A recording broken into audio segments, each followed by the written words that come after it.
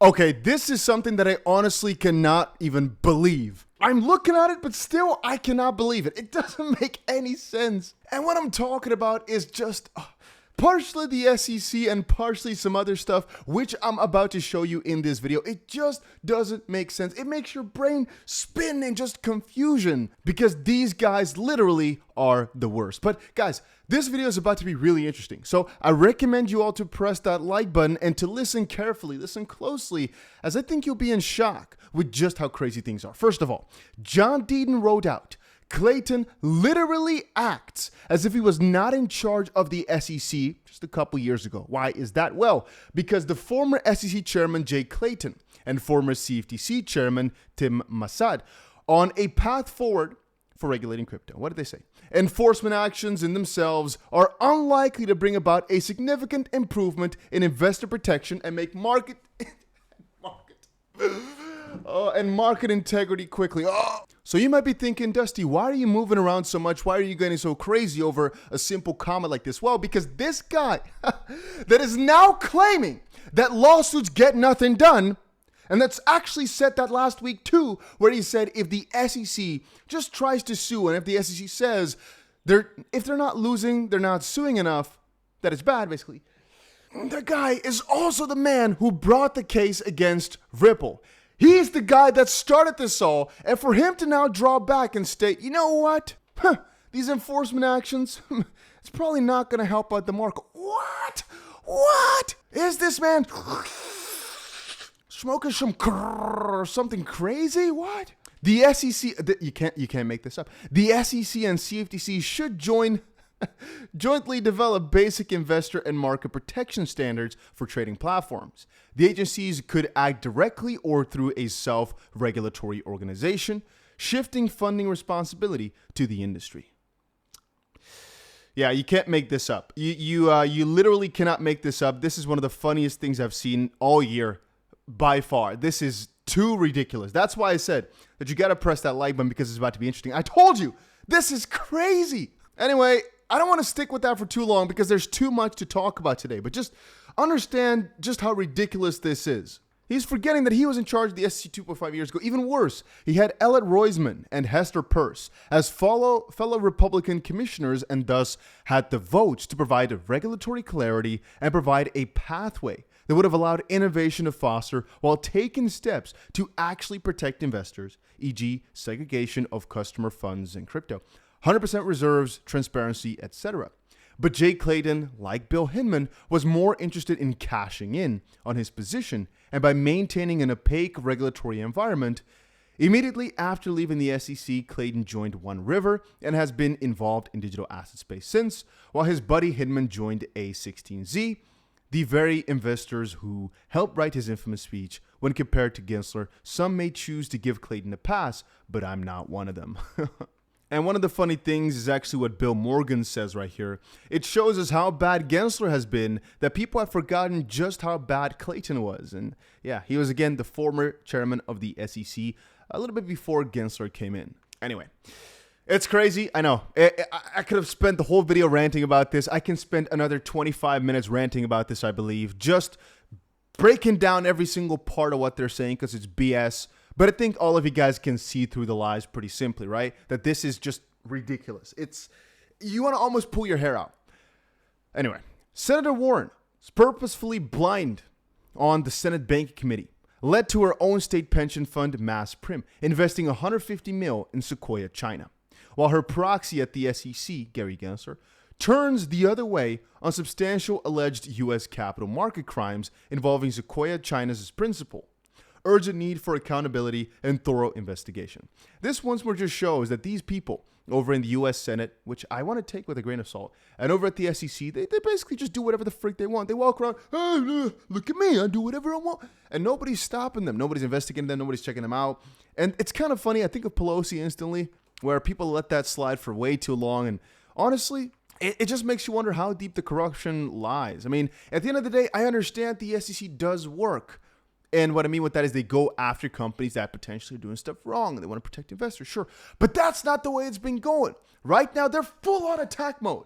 Here was another article of them just going on the offensive that came out a little bit ago. Barnbridge DAO, never heard of it before, but they've apparently called a halt to all work on the DeFi protocol. Again, a DeFi protocol because the SEC is looking into them. A lot of others are saying, though, they're just using this title of the SEC investigating to potentially run off with money or something like that. It's just crazy how much confusion the SEC has brought to the space.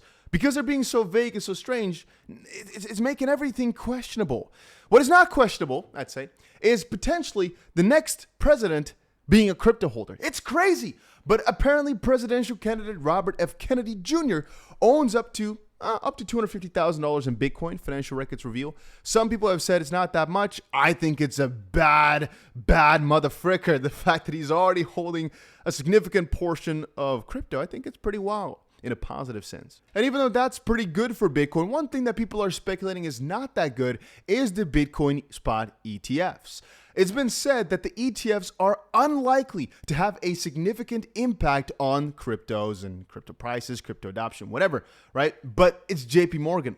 And I've stated this many times before. Guys, listen carefully. If JP Morgan says something, listen really carefully here, it doesn't mean much. Why? Because they probably have over 1,000 analysts. Not so sure how many they actually have, but let's just call it 1,000 different analysts.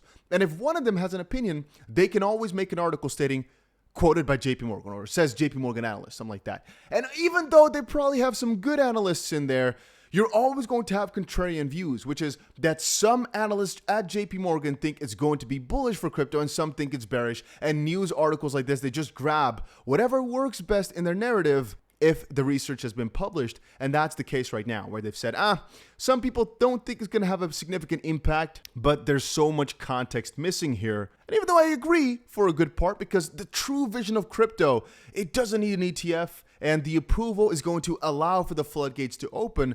But at the end of the day, if they really want to, they can already buy, which is why people are in the middle, as it's been open in Canada, in Europe for a while right now, without actually getting a lot of interest from these major players. All these ETF providers just want to be first because, well, why wouldn't you? But like I said, there's a lot of context missing. And this is something I'm teaching you here right now, if you didn't know.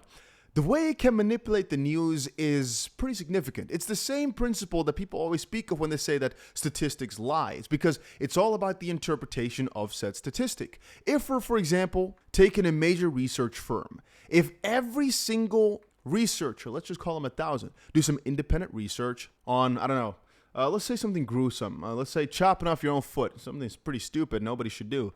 There's probably a couple researchers that can find a twist to make it turn out to be a really positive thing, if you get my drift. And the similar thing applies here. Let's just say it's the most bullish, exciting thing ever. There are researchers out there who can still see the opposite side in that. And the same thing applies for if it were to be the most negative news ever. You can always see a positive side. You can always nuance things. You can always. And the more researchers you have, the higher the probability that something like this happens. Anyway, I don't want to stick with this ETF thing for too long. I want to move on to something that I think was pretty exciting. A while ago, right, we talk about Powell all the time, and right now things are crazy in the U.S. economy, which is once in a while I tell you guys, make sure you press that like button, because nowadays with inflation and everything, those likes need to go a little bit higher to get the same effect, as you guys understand. Powell testifies crypto appears to have some staying power in the U.S. economy, which is a pretty big deal, right? We saw when he said that a couple weeks ago, and now CZ is talking about it too. Why? Well, perhaps because right now the situation in the U.S. is just dire. First of all, we all saw the debt allowance basically increase. The U.S. government debt has increased by over $1 trillion since the debt ceiling was lifted last month, which is already just wild on its own. But to add to that, Dead Eyes shared, we continue to strongly believe if the Fed hikes 25 basis points more or not, we are in the 9th inning of this hike cycle, and we look past the Fed noise towards a new tech bull market already underway. 2Q earnings season will be a further catalyst for tech as fundamentals improving, which is exciting, but still pretty crazy with the initial assumption here, right? I just can't believe we are this far into hiking. It's already mad, but let's forget about that. Let's move on.